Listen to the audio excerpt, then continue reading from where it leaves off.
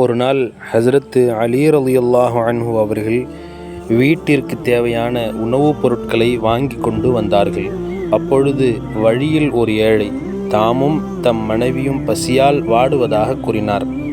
வீட்டிற்கு வந்த ஹஸரத் அலி ரலியல்லாஹு அன்ஹு அவர்கள் இச்செய்தியை தம் அருமை மனைவியாரிடம் கூறினார்கள். அது கேட்ட அவர்கள் உடனே சென்று அவ்வுணவுப் பொருட்களையும் அந்த ஏழையிடம் கொடுத்துவிட்டு வாரும், அதனால் நாம் பட்டினி கிடந்தாலும் பரவாயில்லை என்று கூறினார்கள். ஹஸரத் அலி ரலியல்லாஹு அன்ஹு அவர்களும் அவ்விதமே செய்தார்கள். கோஷா, பர்தா ஆகியவற்றில் ஹஸரத் ஃபாத்திமா ரலியல்லாஹு அன்ஹா அவர்கள் அல்லாஹ்வை மிகவும் அஞ்சி கொண்டார்கள். அந்நிய ஆண்களின் கண்களை விட்டும் அவர்கள் மறைந்தே இருந்தார்கள். மேலும் மிகவும் அரிதாகவே அவர்கள் வெளியில் சென்றார்கள். ஒரு பெண் இறைவனின் அருகில் எப்பொழுது இருக்கிறாள் என்ற வினாவும் எழுப்பப்பட்டது.